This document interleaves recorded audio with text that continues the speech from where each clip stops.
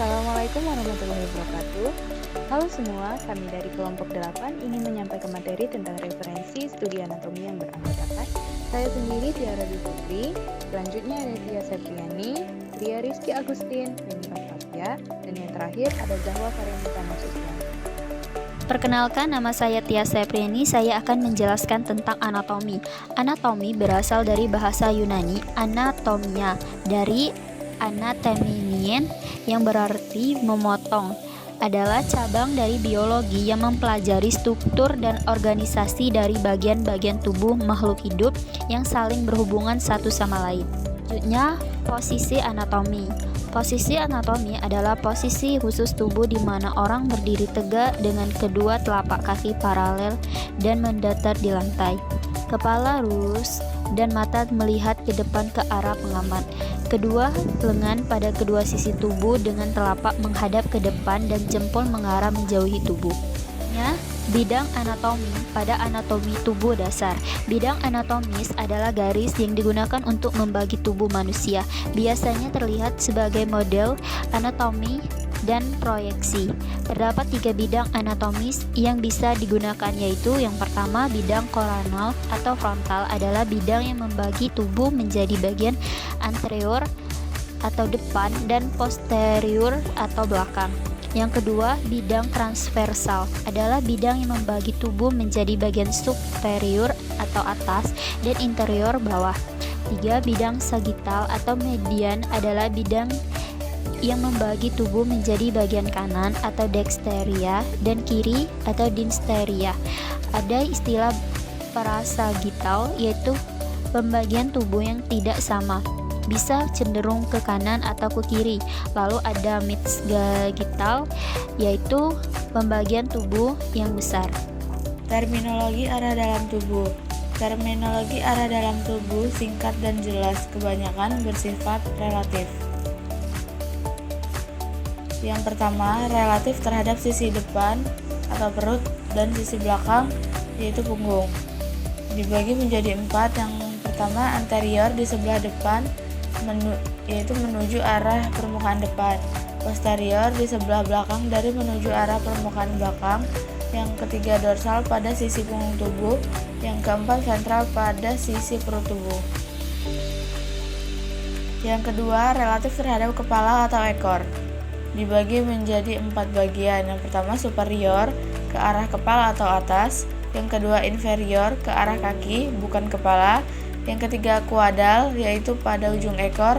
Dan yang keempat, kranial, pada ujung kepala. Terhadap garis tengah atau pusat tubuh itu, yang pertama ada medial, yakni gerakan ke arah garis tengah tubuh. Yang kedua itu ada namanya lateral, yaitu gerakan menjauhi garis tengah tubuh. Yang ketiga ada namanya deep, yang terdapat pada bagian dalam atau sisi dalam struktur lain. Dan yang terakhir ada namanya superficial, yang terdapat pada bagian permukaan tubuh. Baik, untuk materi selanjutnya itu ada relatif terhadap pendekatan dengan struktur lainnya. Baik, untuk materi yang keempat itu ada relatif terhadap perlekatan dengan struktur lainnya. Itu ada namanya proksimal, yang berada terdekat dengan arah perlekatan oleh batang tubuh. Dan yang terakhir itu ada namanya distal, yang berada terjauh dengan arah perlekatan dengan batang tubuh. Istilah anatomis untuk gerakan tertentu. Istilah anatomis untuk gerakan yang digunakan untuk menggambarkan tindakan otot pada tulang. Otot berkontraksi untuk menghasilkan gerakan pada persendian, dan gerakan selanjutnya dapat dideskripsikan dengan tempat penggunaan terminologi. Yang pertama itu ada fleksi dan juga ekstensi. Fleksi dan ekstensi adalah gerakan yang terjadi pada bidang sagittal. Mereka mengacu pada peningkatan dan penurunan sudut antara dua bagian tubuh. Fleksi merujuk kepada gerakan yang menurunkan sudut antara dua bagian tubuh. Ekstensi merupakan gerakan yang meningkatkan sudut antara dua bagian tubuh. Baiklah, di sini saya akan menjelaskan anatomi elevasi dan depresi. Elevasi mengacu pada pergerakan ke arah yang superior. Misalnya mengangkat bahu. Depresi mengacu pada pergerakan ke arah yang inferior. Sistem anatomi abduksi dan adukasi. Abduksi dan adukasi merupakan dua istilah yang digunakan untuk mendeskripsikan gerakan mendekati dan menjauhi midline tubuh. Abduksi merupakan gerakan menjauhi seperti menjauhi seseorang. Sebagai contoh, abduksi sendi bahu dengan mengayunkan tangan menjauhi badan.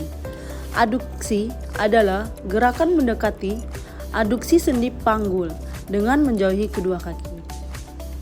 Selanjutnya, saya akan menjelaskan anatomi rotasi medial dan rotasi lateral. Rotasi medial dan rotasi lateral menjelaskan pergerakan tungkai di sekitaran sumbu panjangnya. Rotasi medial merupakan gerakan berputar. Rotasi lateral adalah gerakan berputar menjauh.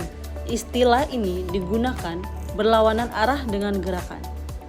5. Pronasi dan supinasi. Bayangan tangan Anda bertumpuk pada meja di depan Anda dengan posisi bahu dan siku tetap. Putar tangan Anda ke punggungnya, telapak tangan ke atas. Ini adalah posisi terlentang. Jadi gerakan ini adalah supinasi. Sekali lagi, dengan siku dan bahu tetap, putar tangan Anda ke depannya, telapak ke bawah. Ini adalah posisi telungkup. Jadi gerakan ini dinamakan pronasi. 6. Dorsofleksi dan plantarfleksi. Dorsofleksi dan plantarfleksi adalah istilah yang digunakan untuk menggambarkan gerakan pada pergelangan kaki. Mereka mengacu pada dua permukaan kaki, dorsum atau permukaan superior dan permukaan plantar atau telapak kaki. 7. Inversi dan eversi. Inversi dan eversi adalah gerakan yang terjadi pada saat sendi pergelangan kaki mengacu pada rotasi kaki di sekitar sumbu panjangnya. Inversi melibatkan pergerakan telapak kaki menuju bidang median sampai sehingga telapak kaki berada di arah medial. Eversi melibatkan pergerakan telapak kaki menjauhi bidang median sampai sehingga telapak kaki berada dalam arah lateral.